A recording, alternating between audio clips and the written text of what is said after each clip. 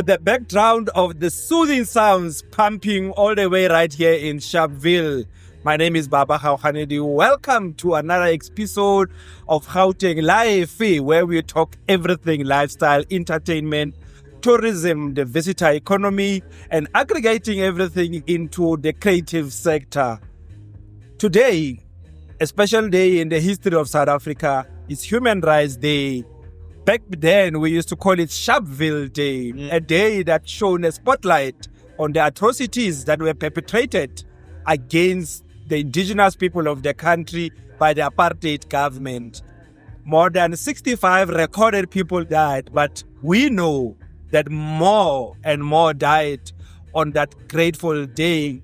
And today, thousands and thousands descended into Sharpeville to celebrate, to commemorate, and also make a pledge that we are going to use whatever that happened 65 years ago as a stepping stone towards reimagining and shaping Sharpeville and the rest of the country into a better life for all that was pioneered by our founding president, Tata Nelson Mandela. With those words, you could see that I'm having somebody special in studio. Tata Nelson Mandela was released in prison in 1990. That was the same year he released his first album. Having been there, none other, an award-winning international DJ, producer, artist, Harrison Crump. Yo, what's up? What up, brother? Now it's good to be here, and especially good to be here for this special moment. And to be honest, I've heard about this holiday so many times that I've been around South Africa. Maybe I'm gigging somewhere else, and it's a pleasure to be here to experience the moment of this particular day, and it means a lot to me because for me being Afro-American, what happened in my country as well. Absolutely. You know what I'm saying? Martin Luther King, Malcolm X, absolutely, and the whole thing that goes on with equality. And just to say quickly, I was just on the phone about 5 days ago with someone named Fred Hampton. The leader, one of the leaders of the Black Panthers. Yeah, absolutely. Yes. I remember that. And Fred Hampton Jr. I was with. Fred Hampton was killed, and yes. Civilized yes. Movement yes. Space, yeah. And his son lived 4 doors down from me. So when I was growing up on the south side of Chicago is where I'm from, there was a lot of information that I wanted to learn growing up in Chicago. And at the same time being a house producer. DJ, so Chicago yeah. and house, yes. dance music, yes, and the resistance, yes, and the home of the anti-apartheid struggle, the civil rights movement. Yes. You can't go wrong there. Yes, there we go. There we go. Yeah, man. So welcome, man. This is Sharpeville. Yes. The actual birthplace. We call it our bastion, our place, our cradle of human rights. Yes. Especially now in a world order where human rights are said to mean everything and everything for everyone. Yes. Even those that are on the opposite sides of the truth and proper human rights yes. things. Yes. They are agitating for human rights. Yes. What does that mean for you? Listen, me as a Afro-American growing up in Chicago was more of a segregated city. And to say my father was from New Orleans, from the South. Yes. Actually a small town called Louisiana, Baton Rouge. My mother was from the city, but her parents was from Mississippi. And you know what went down in Mississippi? Absolutely. Yes. So it means a lot to be here. I didn't experience it when I was here, but I experienced what I experienced in the States of inequality. And it's a special moment for me to be here in this area and to be playing and to be DJing and to feel the vibe and to feel the experience of what has happened here years ago.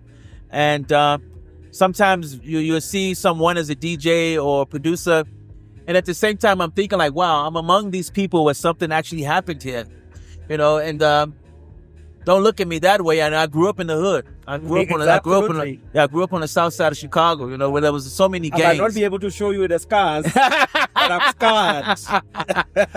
And I grew up where House was born. Absolutely. You know, so I'm a low key dude. You know what I'm saying? I'm well, they say I'm too. People say, my managers say I'm too humble. Yeah. But you know what? There's nothing like too humbled. There's nothing like. They say they wanted to kill my career being too humble. You know, no. but I grew up like that. Yeah. There's nothing like too humble. Yeah. And you can't put afflicts to humbleness. Yes. Humbleness is just pure humbleness. Yes. And that's what we are born with. Yes. Especially as Africans. That's what we are born with. We call it Ubuntu. Ubuntu. Here in South Africa. Yes. And it doesn't even have an English word. Yes. That's how authentic and deep-rooted it is. Ubuntu. Ubuntu. Ubuntu. Ubuntu. Ubuntu, yes. I must learn some more. You get me. So speaking about Mississippi, the background, Chicago, and everything that happens there, the segregation, but how it rallied everybody. Yeah. And that rallying, that call when everybody was there, became the soundtrack that characterized the music and the culture that came out. Yes. And surely that shaped also some of the sounds you produce and your contemporaries. Definitely, man. You know, from Sam Cooke to Marvin Gaye, you know, to Stevie Wonder, them guys, you know, Diana Ross, you know, Aretha Franklin, Earth, Wind and Fire, all these artists that was producing back then in the early 70s and early 60s that gave you that soul music, you know, that gave you that, you know, that struggling music, even in the 60s, you know, Sammy Davis Jr. Yes. We go back, you know, and Nat King Cole, you know. So that music was part of that struggle, you know, and I embraced that when I'm working on tracks, you know what I'm trying to say. I embrace the 80s music. I break Michael Jackson or Prince, you know what I'm saying? Even the new cats, you know what I'm saying? So I embrace all of that when it comes to my music, when it comes to house, you know?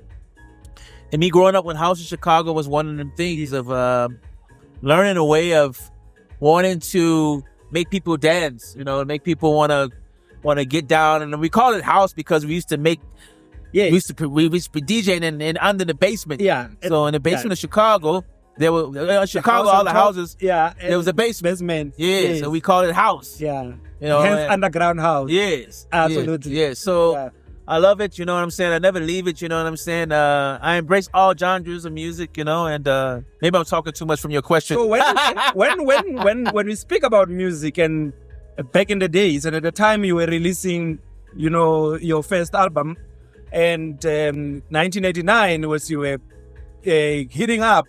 Blowing up in South Africa, I'm at an age where I know back then at that time, we were rolling out the tapes with a pen. Yes.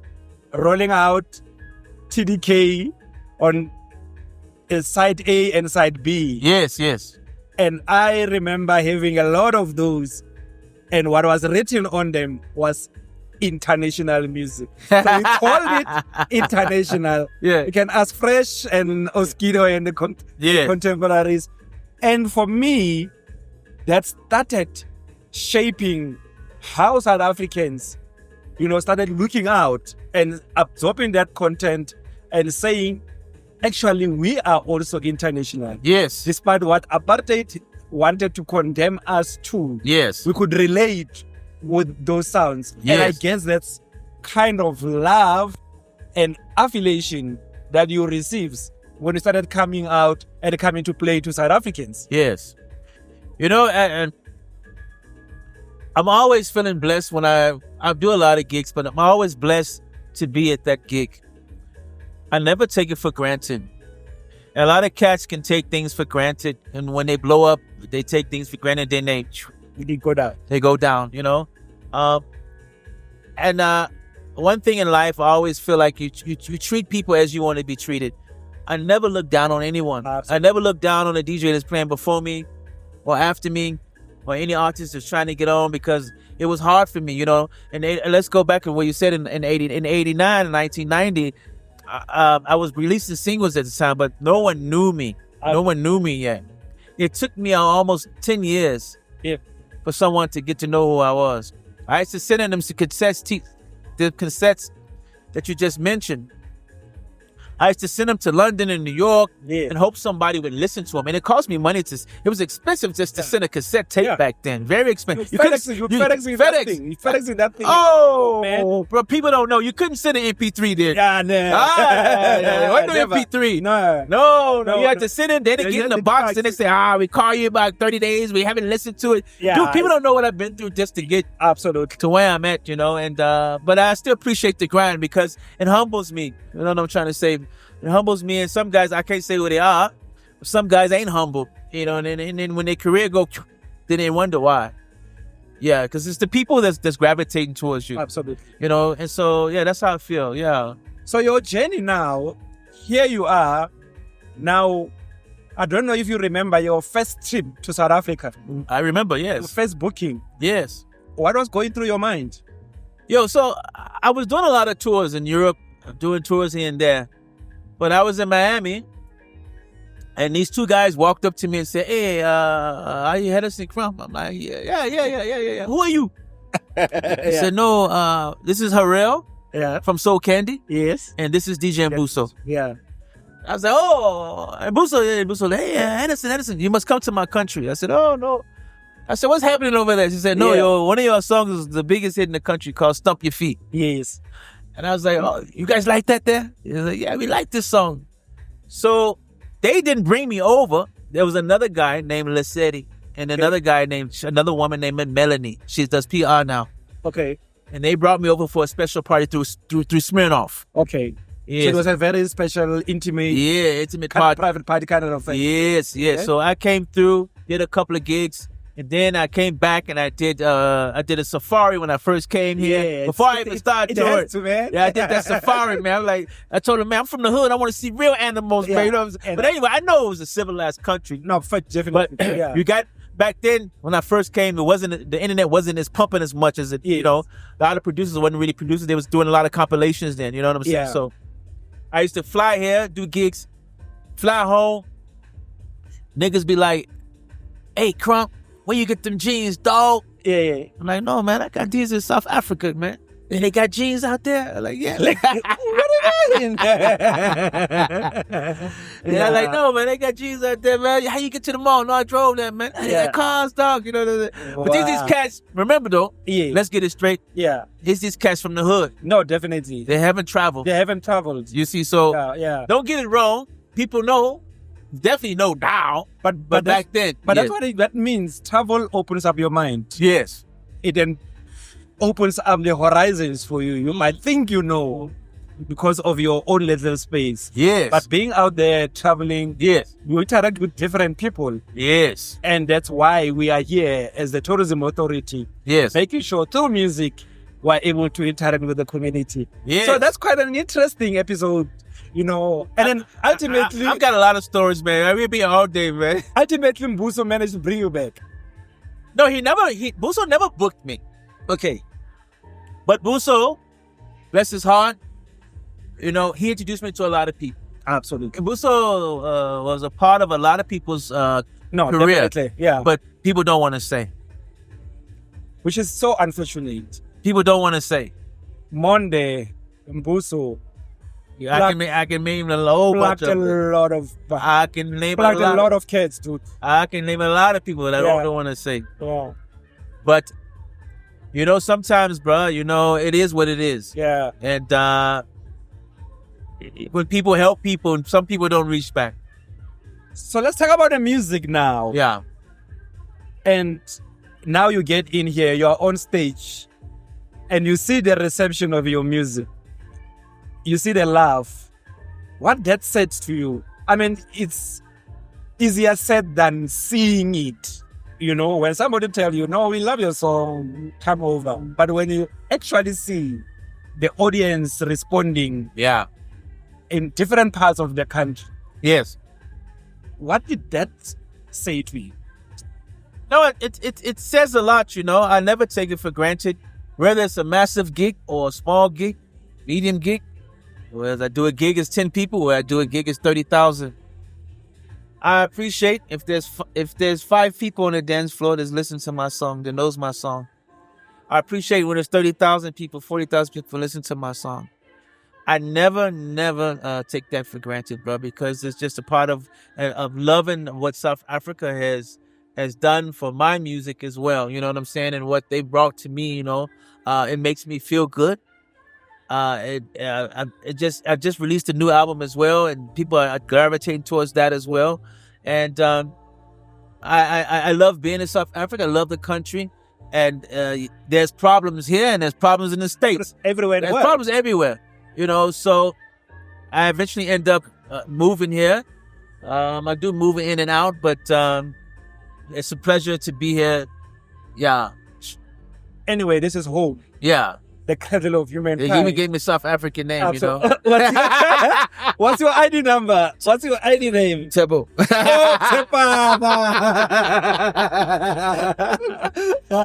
Oh, you know, Tebo means like, yes, you know, that, you know, that faith that you have. Yes. That faith that you have. Yes. No, man, that's to hear that. Yeah, bro. So as we move towards wrapping up our conversation, yeah, and now looking at South African music, South African producers, yes, and amount of work. I was talking to Greg, Maloka, and Oskido, yes, and they were telling me that probably in the circulation, almost every song, third song, is from South African producers. yes, That are dominating the sound music.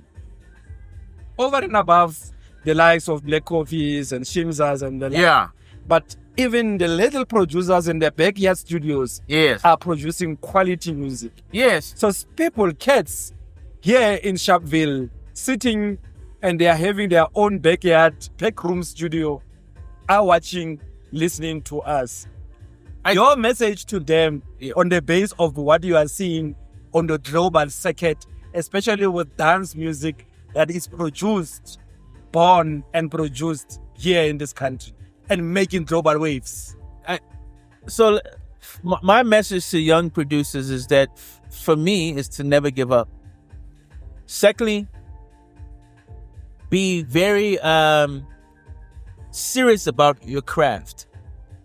When you make a record, don't make it for a hit. Yeah. Make it for a classic. Absolutely. I'm still getting paid for my record I've done 20-something years ago. I see a check from 20 years ago. I got a daughter. I still give her, hey. Yeah. She was born when I was making that record. Yeah. You know what I'm trying to say? So, and music moves. Never take it personal. And it's got a lot to do with luck. It's a lot to do with who you hanging with. A lot to do with your surroundings. You know what I'm saying? I was just telling a person that I was sitting there with over there. Yeah. I used to work for P. Diddy for 3 months. That's another story I can tell. Yeah. I used to work for him for 3 months. And I never seen anything, you know what I'm saying, at the time. But I'm just saying that he had a lot of work ethics that he had. A lot of work ethic. Tons and tons of work ethic. Work ethic. Hustling and working and getting stuff done. Work ethic. Yeah, man.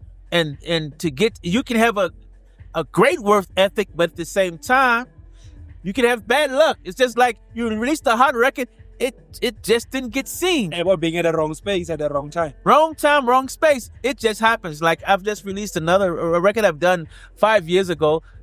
People calling me from Europe yesterday, like, bro, this record's hot. Now this record's blowing up. I think I did this record 10 years ago. Or like, which one? No. Which one? You know what I'm trying to say? Yeah. So, but I put my heart into that song. Yeah. It didn't do nothing at that time. Yeah. But I guess it wasn't time for it. And I guess the central message here is about longevity doesn't just come. Yes. Longevity gets earned and you build on it. Yes. And then when it starts giving you the results, you are reaping the labor and the hard work that you have put in. And just be humble to this game. And this game will humble you, bro. Yes, man. You got drugs, you got everything. You get messed women, up you get a messed up situation. royalties get cut. You got a Bugatti, and next thing you know, you got a Tata. You know, it happened, bro. This. Yeah. Like this, bro. You got a lot of artists that committed suicide. You know, I did this. I did not like with AKA. I gave him somewhat his first hit. Absolutely, yes. Was to congratulate. You know, and AKA came to me in a nice, respectful way and say, "Hey, Harrison, can I sample your song?" Yeah. I said, "No stress, Kenan. Come. Yeah, come. Let's do this." You know, and then Ricky Rick, you know, like me and WHP, we did a nice hit together called "So Amazing." Now he's gone. Yeah.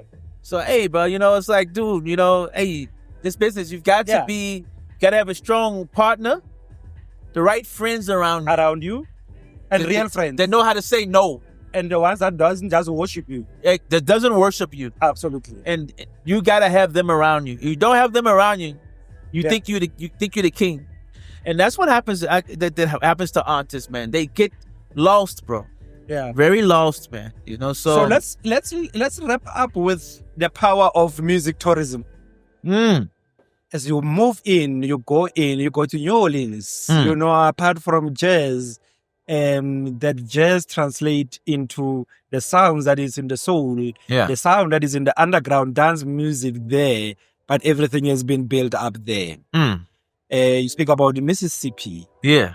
Others know Mississippi about the river. But there's a song about the Mississippi. Yeah.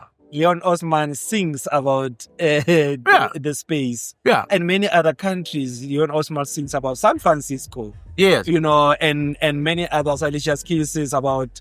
and my call to the young stars in our panel discussion at the university yesterday, I said to them, I want to be able, when I post my stories here in Sharpeville, search a song about Sharpeville and have it. Yes. Not just a song. Yes. But a hit that is made out of here. Yeah. And that's how you start telling the story. Your experience about how tourism has grown as a result of its cities and destinations, music offerings. Yes.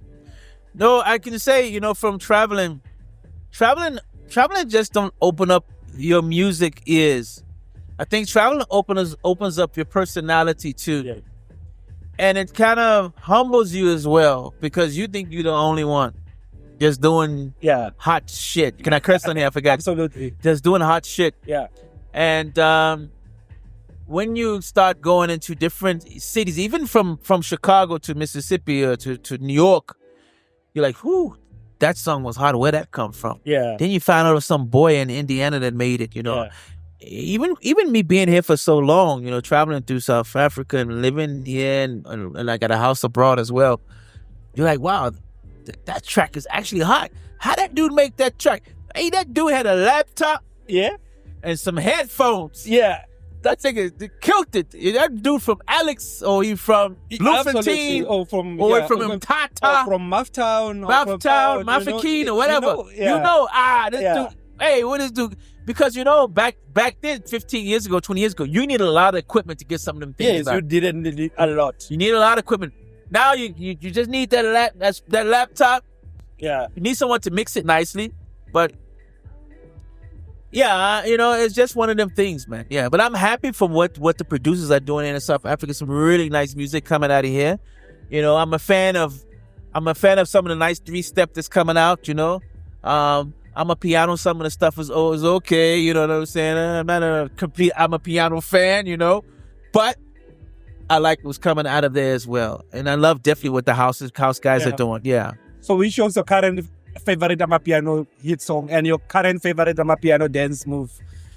Yo, that's hard to say, player. That's hard to say. But you'll show us the moves. Yeah. You know, I just listen. You know, I've always been true to the music, you know. Yeah. I love what's going on with the somewhat Afro house 3-step thing. I like that. I like what's happening there. You know what I'm trying to say? Because you want to distinguish a producer. You want to say, that's a DJ Kid track. That's a flipping Macassa song. Absolutely. Or that's a Black Coffee song. Or that's Harrison Crump. Or that's a, you know, Dennis Ferrer song. So, yeah. You can distinguish that sound You know what I'm trying to say? That's kind of happened a little bit with 3 Step Somewhere. I feel my Amapiano, I don't know. Some hot tracks, but I don't know. Yeah. You know? It's like if I put, they're gonna kill me for this. If I put 3 Amapiano tracks in front of you, and I say, well, who produced Which this? one is this? It's a continuum. You may not know. But if I put 3 house tracks in front of you, Yeah. somewhat, You'll definitely be. you'll be like, Yeah. that's the so and so. That's Ralph Gum. That's Rough Gum. Yeah. Yeah, you see. You know, you can tell the difference somewhat, a little bit. Yeah. I'm out with my production. I'm all over the place here because that's what I just get bored and I make shit. You know, but Yeah. But that's talent in action. When talent is in galore, every corner, and I think it's something that we need to treasure. Yes. But Harrison, we know I'm running out of words and appreciation to thank you so much No press, for gracing us no stress, bro. so much and really continue to bless us. Thank you, man. Been 35 years of just absolute bliss. I am a house head myself. Thanks, I'm a dance music head myself. And you have been really nourishing. You have contributed to the soundtrack of our youthful days. Thanks, man. When we were fighting apartheid, we were powered by your soundtracks. Thanks, man. And today we are celebrating 30 years of democracy, yes, in democracy. South Africa. Thank you, still man. powering. And thank you for the longevity. No, thank man. you for the good sounds. And thank you for embracing our country Thank you, as your brother. second home. Thank you, brother. That was. Can I say one thing before we go? Yes. I want to say that I used to play here a lot as well in Vol. And people used to tell me, when you come here, you must play some shit. Yes. They used to say that, like Play the Vol. shit. Yeah. They used to say Victoria was ahead of their time when it came to house. Yeah. But Vol, Val. you must come and play. Diabo. You've heard it from himself, the producer extraordinaire, the soundtrack of our youthful fight and youthful dance moves that characterize our experience back in the days, now, and into the future. Harrison Crump, fellow human being, please tune in, follow us at Visit Gauteng on our Instagram and on our Twitter channel. We're also on TikTok. We're at Gauteng. I Love Gauteng on Facebook. You can download the Visit Gauteng mobile app on Google Play and on iStore. Catch a glimpse. Maybe he will bless us with some of the unreleased material with his new album, and you can get those songs exclusively on the Visit Gauteng mobile app. It has been another powering and pumping episode of Gauteng Live. Until the next episode, second round. Sure.